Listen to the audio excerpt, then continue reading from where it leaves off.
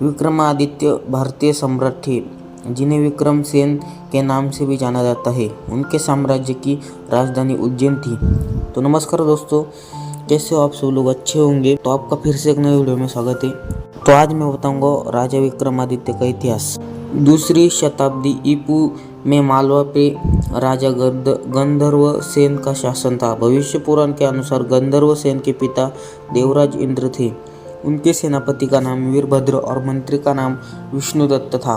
गंधर्व सेन की पत्नी का नाम वीरमती था। उनके दो पुत्र हुए, भर्तहरि और विक्रम सेन। उस वक्त मालवा एक स्वतंत्र राज्य था। शंको के राजा नहपान ने मालवा पर आक्रमण कर उस पर अधिकार कर लिया।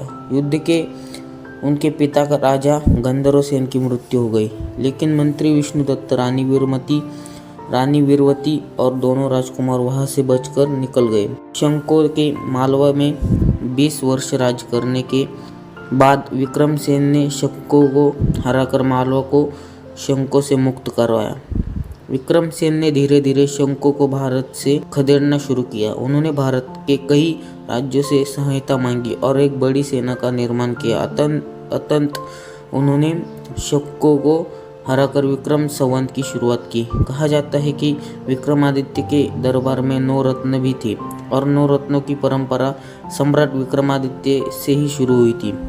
9 रत्नों के नाम धन्वंतरी, 2 शापनक, अमरसिम्हा, 4 शंकु, 5 वेताल घटक, 7 कालिदास और 8 वराह मिहिर, 9 वर रुचि।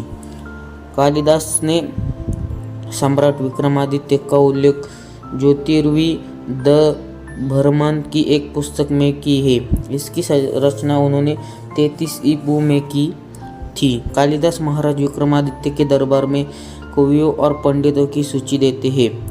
1 शंकु, 2 वररुचि, 3 मणि, 4 अंगुदत्त, 5 जिष्णु, 6 त्रिलोचन, 7 हरि, 8 घटकपारा, 9 अमरसिंह, 10 सत्याचार्य, 11 वराहमिहिर, 12 श्रुतसेन, 13 बादरायण, 14 मणिग्थ, 15 कुमारसिम्हा और ज्योतिषी, 16 सोय, कालिदास और अन्य श्लोक, 22 थे।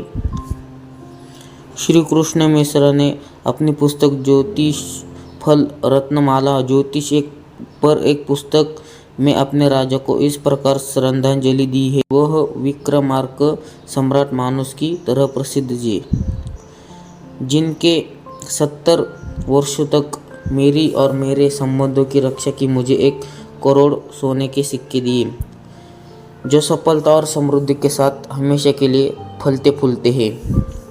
कश्मीर का इतिहास। जब कश्मीर के राजाओं की सूची में 82वें राजा हिरण्य की मृत्यु बिना किसी उत्तराधिकारी को छोड़े हुए थी, तो कश्मीर के मंत्रिमंडल ने अपने अधिपति महाराजा विक्रमादित्य को एक संदेश भेजा और उनसे प्रतिनियुक्ति करने का अनुरोध किया। एक शासक फिर दरबार के एक विद्वान कवि मातृगुप्त के प्रति अपने पक्ष में महाराजा विक्रमादित्य ने मातृगुप्त को 1400 में अपने जागीरदार राज्य कश्मीर की संप्रभुता के साथ स्थापित किया। मालवा के शासकों की सूची। अदबदेव, महादेवापी, देवदत्त, 5 मालवा पर मगध साम्राज्य का शासन, 6 नाबुवाहन, 7 गंधर्व सेन, 8 मालवा पर शंको का शासन, 9 विक्रमादित्य और 10 देवभक्त। पिशाच। बेताल की कहानियों में बेताल 25 कहानियां सुनाता है, जिसमें राजा बेताल को बंदी बनाना चाहता है और वह राजा को उलझन पैदा करने वाली कहानियां सुनाता है, और उनका अंत राजा के समक्ष एक प्रश्न रखते हुए करता है। वस्तुत पहले एक साधु राजा से विनती करते हैं कि वे बेताल से बिना कोई शब्द बोले उसे उनके पास से ले आए, नहीं तो बेताल उड़कर वापस अपनी जगह चला जाएगा। राजा केवल उस स्थिति में ही चुप रह सकते हैं जब वे उत्तर न जानते हो, अन्यथा राजा का सिर फट जाता। दुर्भाग्यवश राजा को पता चलता है कि वे उसके सारे सवालों का जवाब जानते हैं। इसलिए विक्रमादित्य को उलझन में डालने वाले अंतिम सवाल तक बेताल को पकड़ने और फिर उसके छूट जाने का सिलसिला 24 बार चलता है। सिंहासन के किस्से विक्रमादित्य के उस सिंहासन से जुड़े हुए हैं जो खो गया था और कई सदियों बाद धार्मिक के परमार राजा भोज द्वारा बरामद किया गया था। स्वयं राजा भोज की काफ़ी प्रसिद्धि थी और कहानियों की यह श्रृंखला उनके सिंहासन पर बैठने के प्रयासों के बारे में है। इस सिंहासन में 32 पुतलियाँ लगी थी जो बोल सकती थी और राजा को चुनौती देती है कि राजा केवल उस स्थिति में ही सिंहासन पर बैठ सकते हैं यदि वे उनके द्वारा सुनाई जाने वाली कहानी में विक्रमादित्य की तरह उदार है। इससे भोज की 32 कोशिशों सामने आती है और हर बार भोज अपनी हीनता स्वीकार करते हैं। अंत में पुतलियाँ उनकी विनम्रता से प्रसन्न होकर उन्हें सिंहासन पर बैठने देती है। राजा भोज के बाद कोई भी उस सिंहासन पर नहीं बैठ पाया। इसका उल्लेख हमें उज्जैन में साहित्य में मिलता है। तो यही थी राजा विक्रमादित्य की कहानी।